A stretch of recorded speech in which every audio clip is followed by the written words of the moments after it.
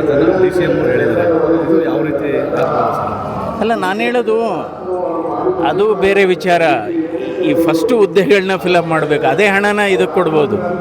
So ಈಗ ಶಾಶ್ವತ ಯೋಜನೆಗಳಿಗೆ ಹೆಚ್ಚು ಹಣವನ್ನು ಕೊಡಬೇಕು. ಶಾಶ್ವತ ಯೋಜನೆಗಳು ಅದು ರಸ್ತೆಗಳಾಗ್ಬೋದು, ಕುಡಿಯುವ ನೀರಿನ ಯೋಜನೆಗಳಾಗ್ಬೋದು, ನೀರಾವರಿ ಯೋಜನೆಗಳಾಗ್ಬೋದು, ಅಥವಾ ಇದು ಸೇತುವೆಗಳನ್ನು ಕಟ್ಟೋಂಥದ್ದು, ಅಥವಾ ಇದು ಶಾಲೆಗಳು ಮತ್ತು ಆಸ್ಪತ್ರೆಗಳನ್ನು ಕಟ್ಟುವಂಥದ್ದು. ಈ ಶಾಶ್ವತ ಯೋಜನೆಗಳಿಗೆ ಹೆಚ್ಚು ಹಣವನ್ನು ಕೊಟ್ಟರೆ ಅನುಕೂಲ ಆಗುತ್ತೆ. ಬಟ್ ಬಹಳ ಮುಖ್ಯವಾದದ್ದು ನೀವು ಹೇಳಿದಾಗೆ ಗಂಭೀರವಾದಂಥ ವಿಚಾರ.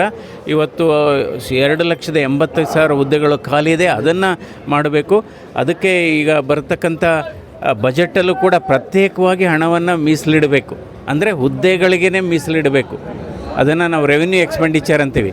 ಕ್ಯಾಪಿಟಲ್ ಎಕ್ಸ್ಪೆಂಡಿಚರ್ ಅಂದರೆ ಬರೀ ಕನ್ಸ್ಟ್ರಕ್ಷನ್ಗೆ ಅದಕ್ಕೆ ಮಾತ್ರ. ರೆವಿನ್ಯೂ ಎಕ್ಸ್ಪೆಂಡಿಚರ್ಗೆ ಸರ್ಕಾರ ಹೆಚ್ಚು ಹಣವನ್ನು ತೆರೆದಿಡಬೇಕು ಬಜೆಟಲ್ಲಿ. ಆವಾಗ ನೋಡಿ ಆಡಳಿತ ಚುರುಕಾಗುತ್ತೆ, ಜನರಿಗೆ ನಿಮ್ಮ ಯಾವ್ಯಾವುದು ಯೋಜನೆಗಳಿದೆ ತಲುಪುತ್ತೆ ನೇರವಾಗಿ. ಸರ್, ಈಗ 6ನೇ ತಾರೀಕು ರಾಜ್ಯ ಬಜೆಟ್ ಇದೆ. ಪ್ರಮುಖವಾಗಿ ನಿಮ್ಮ